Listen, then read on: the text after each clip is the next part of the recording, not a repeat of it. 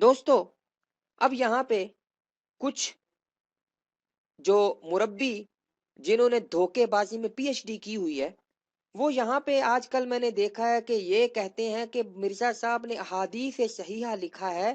احادیث صحیحہ حدیث کسی کی بات کو بھی کہتے ہیں، یہ ضروری نہیں کہ وہ نبی کریم صلی اللہ علیہ وسلم کی بات ہو۔ احادیث کا لفظ ہو تو وہ کسی کی بات، صحابی کے قول کو بھی حدیث کہا جاتا ہے، تابعی کے قول کو بھی کہا جاتا ہے، علماء یا اکابرین امت کے قول کو بھی کہا جاتا ہے۔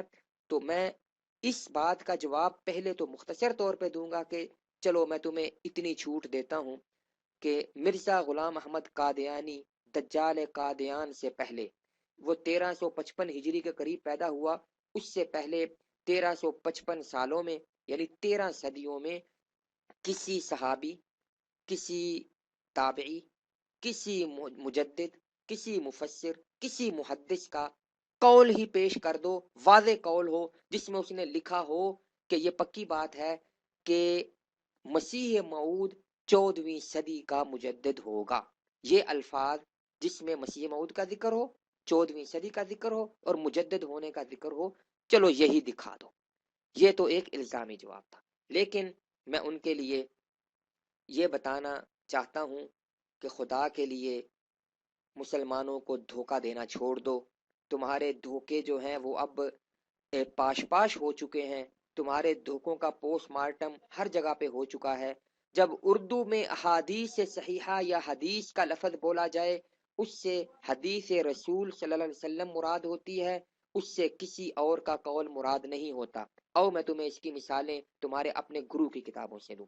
یہ آپ کے سامنے مرزا غلام احمد قادیانی کی کتاب ہے ازالہ اوہام حصہ دوم، روحانی خزان جلد 3 اور صفحہ 388 ہے۔ اس کے اندر مرزا نے ایک جگہ پہ احادیث کا ذکر کیا ہے، احادیث کا ذکر کیا ہے، اور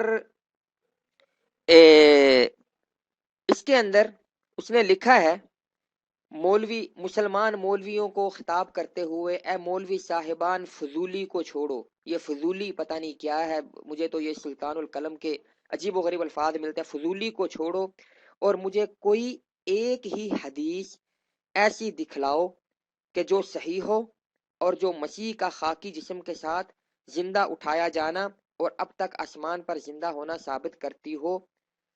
یہاں پہ مرزا نے علماء اسلام سے اس حدیث کا مطالبہ کیا ہے کہ ایک ہی حدیث ایسی دکھلاؤ۔ میں مرزائی مربیوں سے پوچھتا ہوں کہ یہاں جو مرزا نے حدیث کا لفظ لکھا اس سے اس کی کیا مراد ہے؟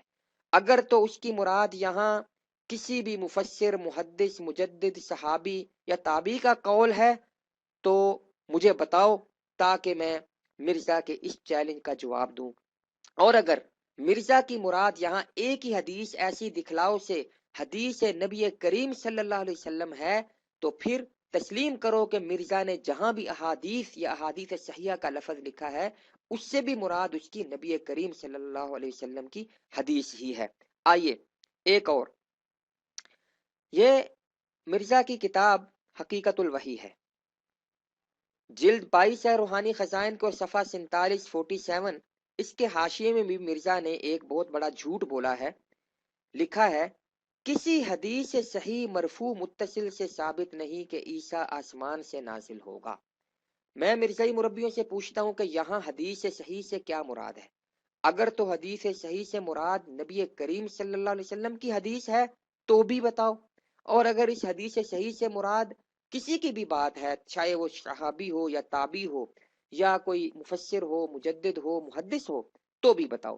جو تم کہو گے اس کے مطابق ہم یہاں پہ حدیث صحیح کا مطلب بیان لیں گے۔ لیکن میں یہی کہتا ہوں کہ یہاں سے بھی مرزا کی مراد حدیث صحیح سے نبی کریم صلی اللہ علیہ وسلم کی حدیث ہے، یہاں سے مراد عام کسی اور کا قول نہیں ہے۔ اور اگرچہ یہ ایک بات چھوٹی سی میں آپ کے سامنے بیان کر دوں کہ اللہ کے فضل و کرم سے مرزا کا یہ جھوٹ ہم نے بار بار پاش کیا ہے۔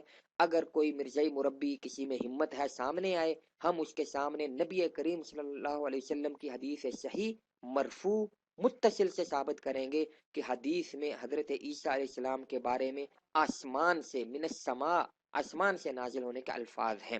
یہ کہانی پھر انشاءاللہ اگلی کسی ویڈیو میں بیان ہوگی۔ ہمارا یہاں بیان کرنے کا مقصد یہ ہے کہ مربیوں یہ جھوٹ بولنا چھوڑ دو، دھوکے دینا چھوڑ دو۔ مرزا نے جہاں بھی حدیث یا احادیث صحیحہ کا لفظ لکھا ہے اس سے نبی کریم صلی اللہ علیہ وسلم کی حدیث ہی مراد ہے۔